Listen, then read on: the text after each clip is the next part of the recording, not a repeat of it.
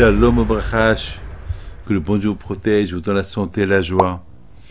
Des belles histoires qu'on a écoutées lorsque j'étais au Canada et lorsque j'étais à New York.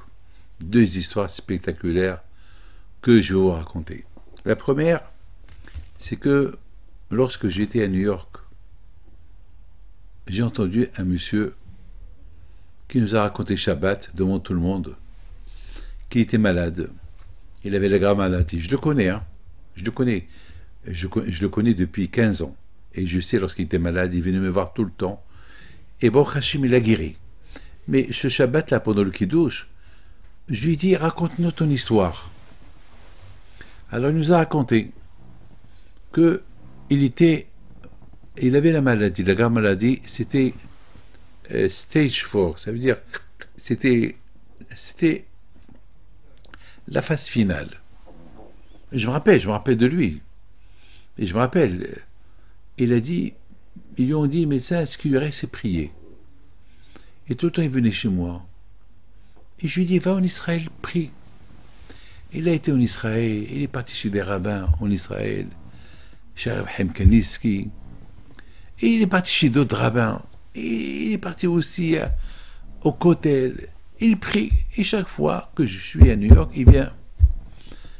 Un jour, il a décidé de lire Tehillim. Lui, il est dans la finance.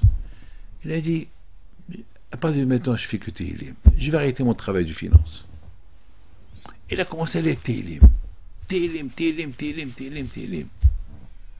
Mes amis, vous n'avez aucune idée. Il a commencé à se sentir bien. Et au fur et à mesure, jusqu'à un moment donné, il a dit, il faut que je vais voir un peu dans quel état je suis. Il a été chez son médecin. Déjà, son médecin, il a vu son visage, il lui a dit, tu as un beau visage, je vois que tes cheveux ont poussé.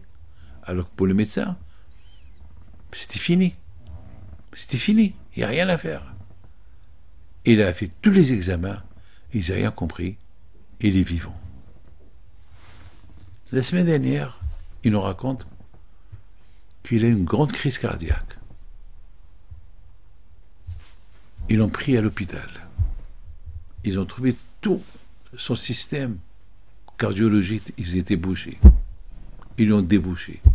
Il nous a dit, 2 fois, j'ai été sauvé de la mort. Et la maladie, et le cœur. Combien je dois dire merci à Kadosh Baruch Hu. Et juste une chose, que c'est les Tehillim qui m'a aidé. Ça, c'est l'histoire que j'ai écoutée à New York. Mais au Canada, j'ai écouté une histoire spectaculaire. Il y a Aaron Cohen, et c'est le beau-fils de le rabbin El-Haddad. Et c'est le beau-frère de mon fils Rabbi Moshe. Il m'a raconté la semaine dernière au Canada que à Simchat Torah, soudainement, il a commencé à penser à moi. Il a dit, dommage que j'ai pas le talit de Rabbi David. Si j'ai le talit de Rabbi David, comme ça je peux faire, comme ça je fais Bekat Kohanim avec le talit de Rabbi. Il a commencé à imaginer. Ouais, il a commencé à imaginer. Voilà, je demande à Rabbi David, demande ton talit, et Rabbi David me donne son talit, et je fais. À un moment donné, il s'est réveillé, il dit, ouf, voilà là, je suis en train d'imaginer des choses. Mes amis, le temps qu'il arrive pour faire Bekat Kohanim, il y a quelqu'un qui tape sur son dos. Il dit, Aaron, oui, pourquoi tu ne fais pas Bekat Kohanim avec le talit de Rabbi David? Voilà, le talit, il est là. Mon père est lâché dans une île là. Voilà, fais-nous voir avec. Il allait s'évanouir. Il a pensé, une pensée, elle est devenue réalité. Ça veut dire que lorsqu'on prie à Kadosh Baruch Hu, compris avec la bouche, ou compris dans la pensée, si vraiment il sort du cœur, Kadosh Baruch Hu, il accepte.